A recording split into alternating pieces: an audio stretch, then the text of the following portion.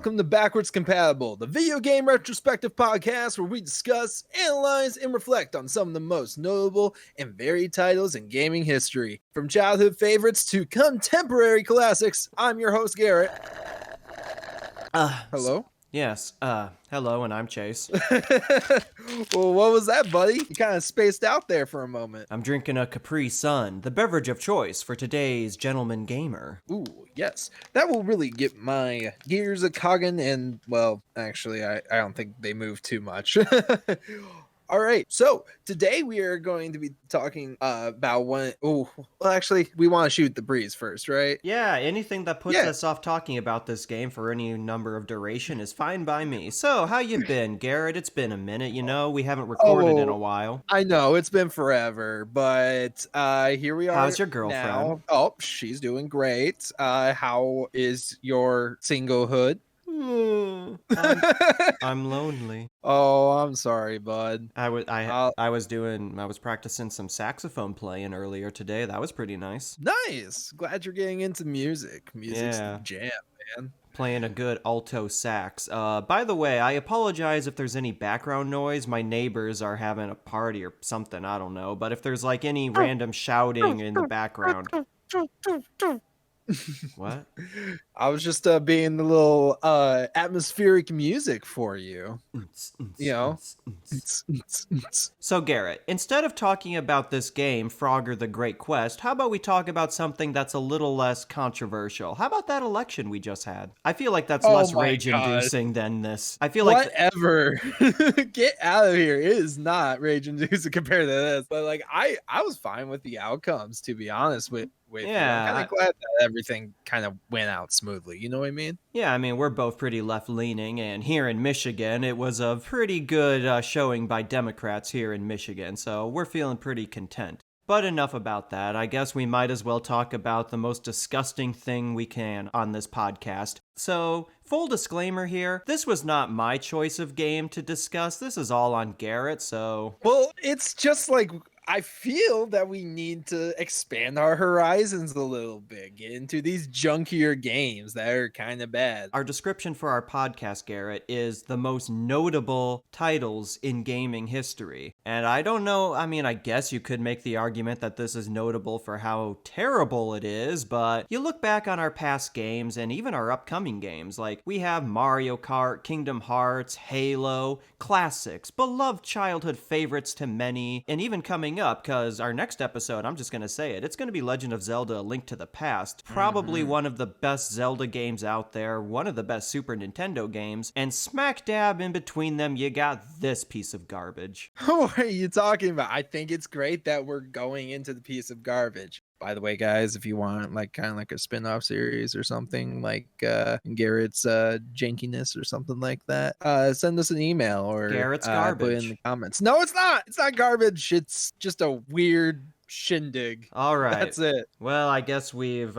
beat around the bush long enough. Today, we are discussing Frogger the Great Quest, released on November 18th, 2001 for the PlayStation 2. Developed by Papa Yeti Studio and published by Konami, and I'm pretty sure Papa Yeti Studio was a subsidiary of Konami, like one of their own teams, so I guess just Konami. I wish I could say that this is the worst thing Konami's ever done, but sadly, we both know that to be a lie. Yeah, Konami's had a history. I feel like we're getting lost in the sauce here already, which is fine by me. Anything that puts us off talking about this game. Well, it's going to be a quick, short episode, guys. It's not going to be as long as the others. It's sort of like a quick kiss, a little kiss onto your cheek. Like a frog kiss, some might say. Won't that just be a lick? Alright, so Frogger the Great Quest. So this is a reboot of the Frogger series, essentially. There were many games before it, with mostly focusing, of course, on platforming, and it was kind of like bringing the old arcade game Frogger that you kind of jumped across the streets, like kind of like what Crossy Road is if you are a younger viewer. I feel like everybody knows what Frogger is. It's one of the classic arcade games. You play as a little frog and you hop across a street street dodging traffic, and eventually you have to hop across a river dodging alligators. And then where do we think we need to go after all that? A great quest. Well, Frogger the Great Quest. hold on there, where you're kind of skipping over the reboot on the PlayStation 1. Do we need to talk about those? I thought we were just focusing on Frogger, the Great Quest. Well, I want to give a quick mention to it because actually, when I was a young kid, my mom actually played those games, the PS1 Frogger games, and I remember playing one of them. I think it was Swampy's Revenge. I think it was called. Yeah, like Frogger 2 Swampy's Revenge. It was like released in 2000, I believe. It was released in around that time frame. I don't have the exact date, but yeah, I remember playing that game with my mom because she likes frogs and she liked the original Frogger, so games with frogs in it, sign her up.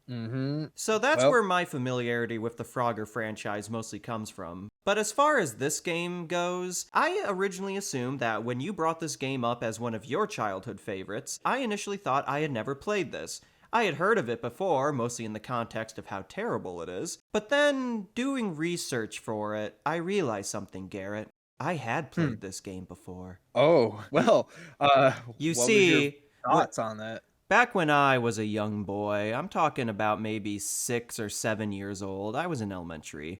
There was a video rental store in my town, and at the store, like many at the time, you could rent video games. And can we talk about that for a quick second? Remember when you could just rent video games, or just video rental stores in general? Remember those? I miss those days. I do miss those days. Like, there used to be 3 in my hometown, but now I don't even think there is any anymore. I think that business is just died out. There was a family video near my parents' house that held out for a pretty long time, but last time I checked, it's gone, so sad day. Yeah, I used to always, go through the aisles of the various games and movies and just look at the cover art, because some of them were kind of freaky. Like, I remember, Beetlejuice or Tremors, the covers for those movies just freaking me out as a young kid. Because I would look at them and be like, I don't understand the context behind it, but it sure is weird looking. Resident Evil 2, the cover art for that game also had a similar effect on me. The, creepy vampire zombie just peeking around the dark corner. That definitely freaked me out as a young kid.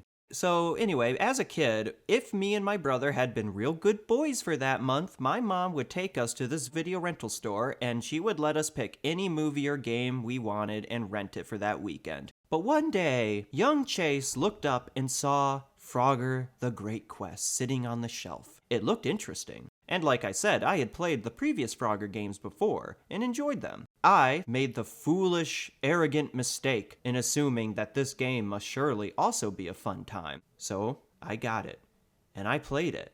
And about 20 minutes in, perhaps even less, I realized, perhaps for the first time in my young life, video games can suck. That must have been quite an awakening for you. So this is probably a very traumatic experience. My innocence was lost that day. Foolish boy. I who was so naive and ignorant of the ways of the adult world. Okay, edgy. Tarnished, you who claim the title Tarnished.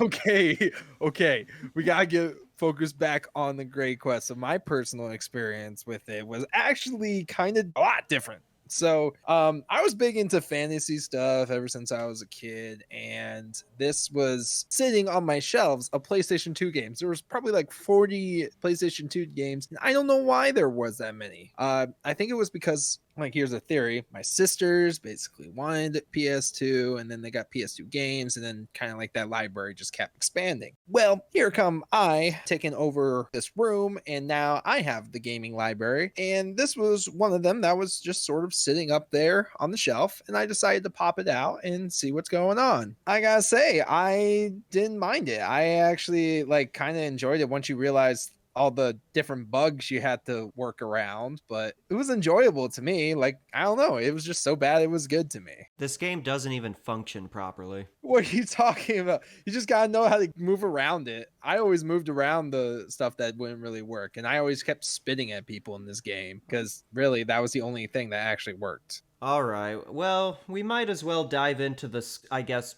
story, for lack of a better term, because there is an actual plot, a very poorly written and extremely bare bones, but there is. So the game opens up in a swamp with 2 anthropomorphic frogs, Frogger and Lumpy. And I don't know if this is me interpreting it this way, but most of the characters in this game have a southern accent because, swamp, I guess. And Mm-hmm. Lumpy in particular has a Cajun accent. Well, my God, you frogger boy. Like, kind of Yeah, like but talking like that. Yeah, but I don't know. Couple that with some of his mannerisms, and I don't know if this says more about me, but I can't help but feel like it's a bit of a racial stereotype. And I can totally see that. Anyway, Basically, me as a young innocent child just thought it was just a goofy looking frog.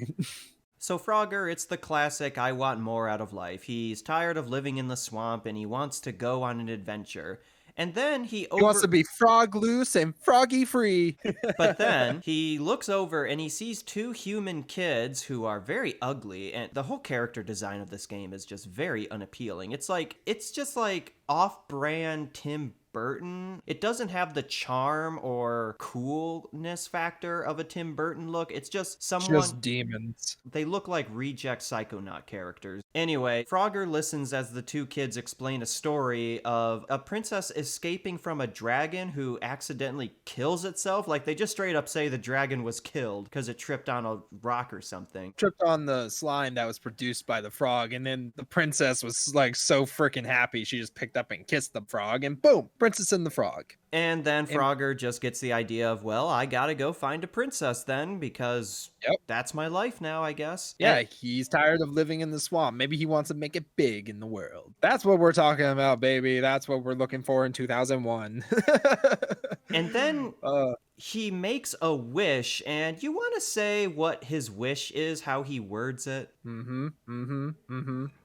He says, "Oh, a shooting star! Oh, star, I wish I may, I wish I must find a princess before I bust." And then the light comes on down, and the froggy godmother appears before him. Get it? Froggy godmother? Ha ha ha ha ha ha ha. Ha ha ha ha. Then Froggy Godmother basically kind of gives you the lowdown on sort of, oh, Frogger, you're going to travel across the third kingdom and you're going to go on an adventure to find your princess and become a prince. And then, like, just out of the blue, and this dude's just like, oh, what? That's amazing. Let's go. And she's like, hold up, Frogger. There are 3 things I gotta give you. I have to say, Frogger and Lumpy take the sudden appearance of the Froggy Godmother very nonchalantly. They're like, oh, hey, it's Froggy Godmother. She just appeared out of the stars. Everyone knows her. Yep, pretty much. And every line she says, she sounds high as fuck. Oh, Frogger. You have to go collect the coins, Frogger. The coins! The gems! Press the square button. Press the circle button. Yeah, it was just so bad. But like, that's what I loved about it. The voice was great for a frog mother. To her credit, she is basically the only voice actor that's actually putting on an entertaining performance. Everyone else just sounds so forced and flat. Like, oh yeah, the Mosquito Gang show up. Yeah, the Mosquito Gang. They actually are just flying on through, apparently looking for a little blood to suck out of people. And who do they decide to suck? The 2 children that were just talking about the story about the princess and the frog. Some of them voice lines though. One of the mosquitoes has a German accent for whatever reason, and as the mosquitoes chase the 2 children, he's like, oh yeah, come to daddy. Come to daddy.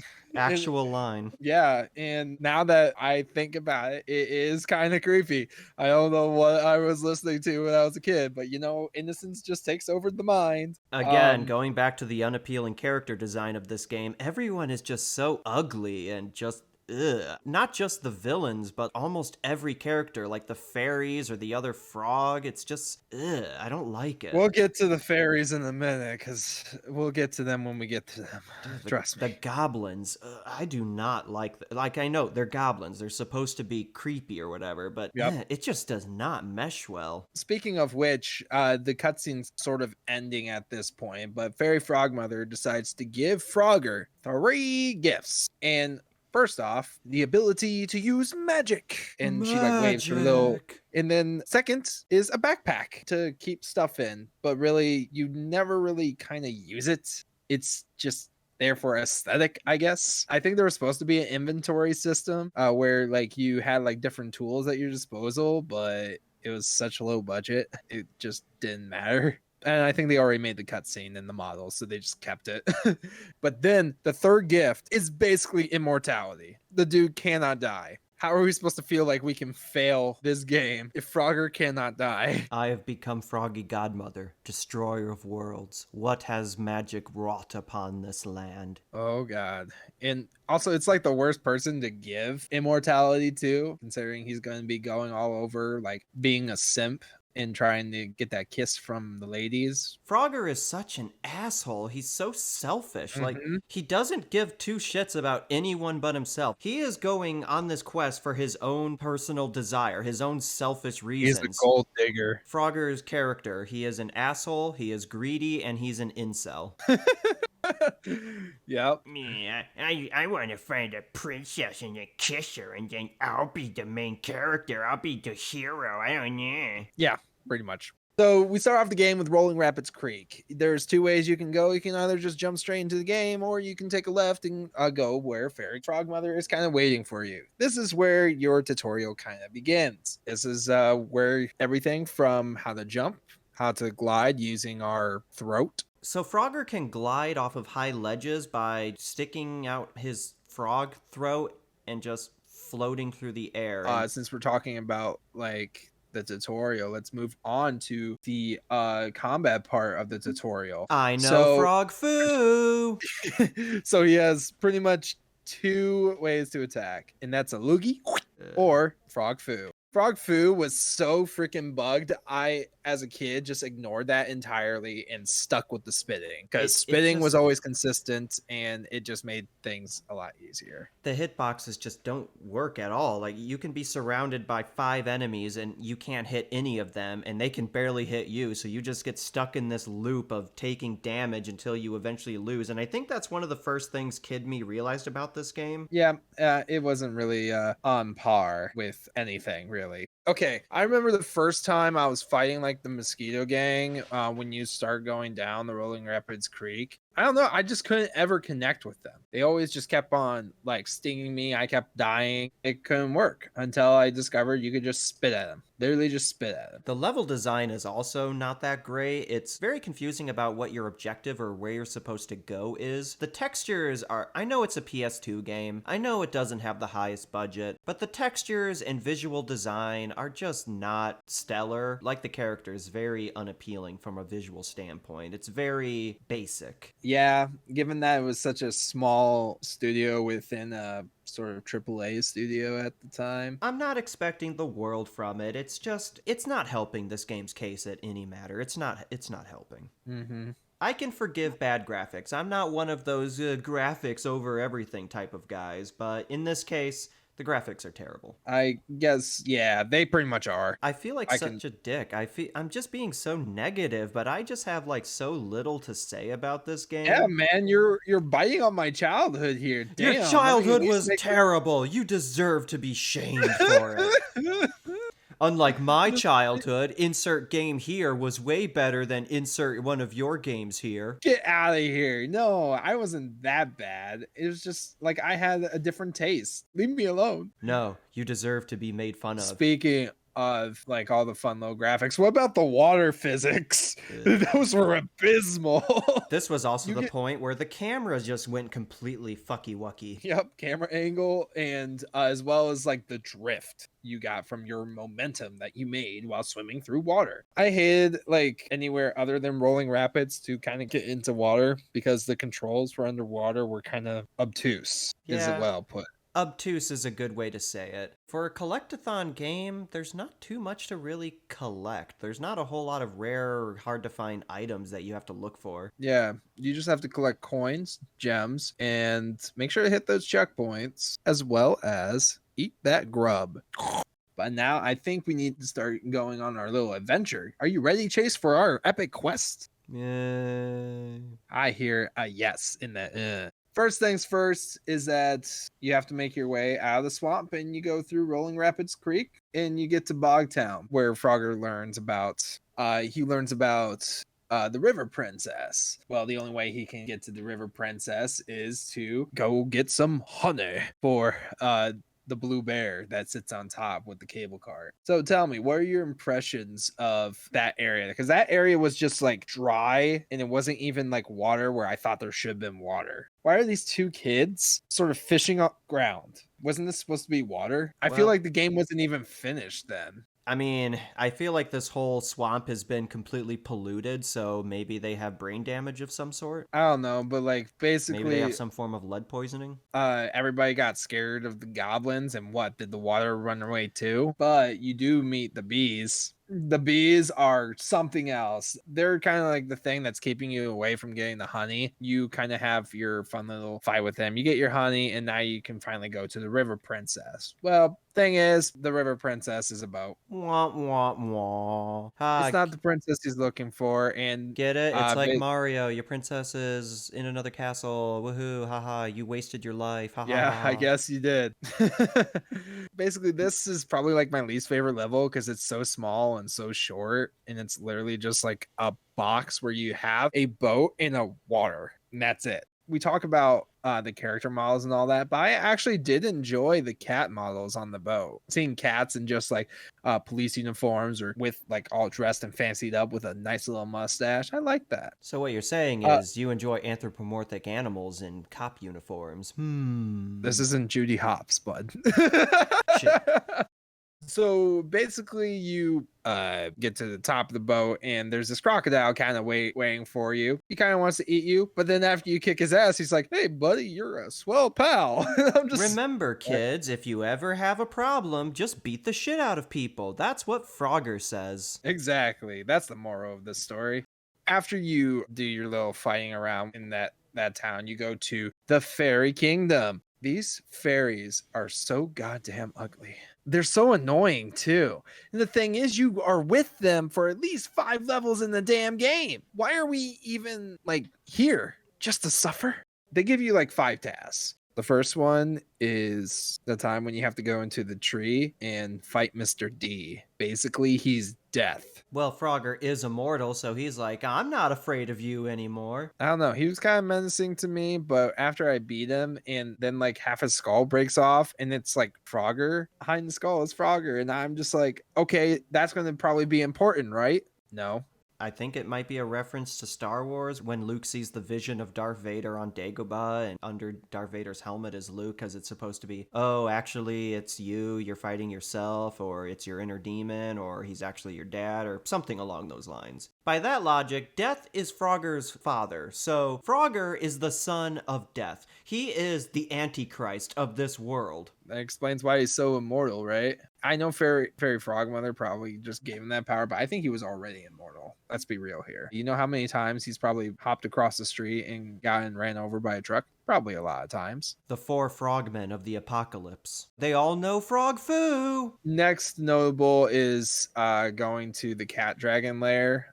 Which is the 4th quest they ask for you. And this is where you meet Hiss the cat dragon. And to be honest, he kind of sounds like he's coming on the Frogger. And again, we don't know how old Frogger is supposed to be, but I'm assuming he's in that generic, like, young kid. He's kind of coded to be underage. He's like a young teen, I guess you could place him at. So either way. Either way, this cat dragon basically wants to eat Frogger. And so in this sort of horribly paced chase, I don't feel any sense of urgency from this cat like chasing me. He just hovers above, and the shadow is so bad. It's just literally a blob of circle. We didn't even dwell on it all that much, but now that you mention it, there are no stakes in this game really, because Frogger canonically cannot die.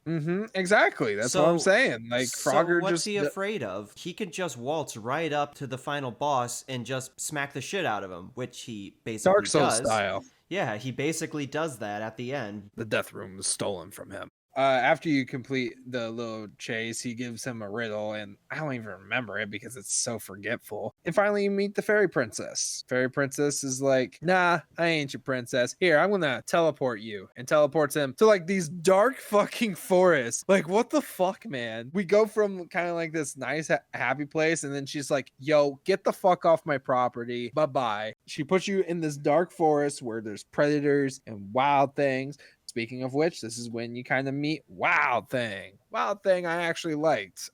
He is annoying at times, but he kind of grows on you just because just the way he talks. Stinky biggies. Kind of like that. So basically, the story of Frogger is just Do you say Frogger Fogger? leaves. He leaves. He runs out of the swamp and goes through every single way trying to find his princess. River princess, no. Fairy princess, no. He's going fight some goblins, run Some through Joy. gobbledygooks. Yep, some gobbledygoops. And then we finally get to Joy Castle, where everything's kind of going down. A war's going on between the humans and the goblins and whatnot. We get to the top of the tower, and we find a Discord mod. This random king who has not been mentioned or shown up at any other point in the game is the final boss. He looks like Lord Farquaad if he was a Discord mod. He's like, Actually, someone just posted memes in general making fun of Discord admins. This cannot be permitted. Oh god, that's probably pretty accurate. Sorry, Discord mods. he just looks So so get this. Redditor-y. Get this. The official name for him is the Magical General of Light and Industry. I How can't help but- cringe can you be? Oh no, Cringe. We never even hear about this guy, and he just plops in at the princess's bedroom, just like, hey, get out of here. Seize him. Somebody stop Frogger. He's about to post nudes in chat. This is a safe for work channel. It was just something else. And then as you kind of fight him, which is literally one of the easiest boss fights ever, Grimbite comes around, and it's just a weird sword that's kind of like a dog, I think. Yeah, it's a sentient sword that has a mouth, because it's two blades that form like a weird mouth. I don't know what kind of design it was, and it's alive. So if you're Existence is pain for me. All I do, it probably is. I'm forced to kill people day in, day out. I didn't ask for this existence. You defeat the general, he falls off his tower. Right before he's defeated, after you finish the boss fight, he gives like the most generic cliche villain line. You haven't seen the last of me, you have only delayed the inevitable, blah blah blah. And then Froggy Godmother just, I don't know, scares him off. I forget exactly what she does. What I do remember is how weird it was between Princess Joy and Frogger. Froggy Godmother's like, oh, kiss Frogger. So Frogger finally kisses the princess he wanted. Good for him, whatever. And then he turns into a human. Yay, that's the game, pretty much. It was kind of lackluster, not gonna lie. He doesn't deserve this. Methinks there's going to be an anti-monarchy revolution in the near future. In the end credit scene, it shows like a couple of things, like the magical general making the comeback, some robot chicken. For some reason, Frogger's back to being a frog. Well, yeah, he has to hide from the peasant uprising who weren't too keen on this sudden upstart prince. What happened to Grimbite? He's probably got dismantled. But yeah, that pretty much has to wrap up Frogger the Great Quest. Kind of like Shorty, but a baddie. Yeah. So, why did you want to talk about this game in particular, Garrett? I know you mentioned that it's a childhood nostalgia for you, but are there any other memories you have associated with this game? So actually, with this game, I was into fantasy and stuff, and I really wanted a big adventure game. I did not have Kingdom Hearts at the time or any sort of RPG game. I just always put myself into the character of whoever I'm playing. But this was the first time that my little teeny mind actually like went into a fantasy world and played it. To me, it felt open world, even though like it really wasn't. You know what I mean? So that's kind of why I wanted to talk about this game, and also why I want to talk about other kind of bad games and kind of have short little tidbit episodes, because you, the listener, are kind of like one of the reasons why we're here, because we wanted to share our love of games with you. Yeah, and honestly, I know I've been kind of a dick this episode, like shitting on your nostalgia, but I'm like, yeah, man, this is hurtful. Yeah, what can I say? That's what I'm here for. But yeah, I get it, man. I know my gaming history is not spotless, believe me. I have played many terrible, shitty games in my time. Well, I thank you, Chase, for that comment. And like you said, yeah, we do this for the listeners. We are here having a good time, and we do this for you people out there, all you beautiful people out there in the world listening in on all your audio-based devices. We appreciate you. But as it is, let's just wrap this up with this game's quote-unquote legacy, for whatever that is. This game did spawn a couple sequels, I guess you could say. Not direct story-based sequels, but sequels of the Frogger games that feature more or less the same continuity as this game. Yeah, ish. And it just stands as one of those games in the Frogger series, a classic arcade game that's gone through several revisions, and yeah, that's about it. That's all I can really say about this game. I don't know really how to describe this game in an analytical point of view. But what are the deeper subtextual messages of Frogger the Great Quest? That's what we need to ask. What did Frogger really mean when he said, "I wish I may, I wish I must, have a princess before I bust"? What was the author really saying with this metaphor? I have no idea. Maybe it's something that our generation or even future generations may not find out. But in the meantime, I've been your host, Chase. And I've been your host, Garrett. Thank you all for listening to Backwards Compatible. Take care. Hello, I'm Mr. Frog. I ate the bug. This is the end. I love you. Da da da da da da.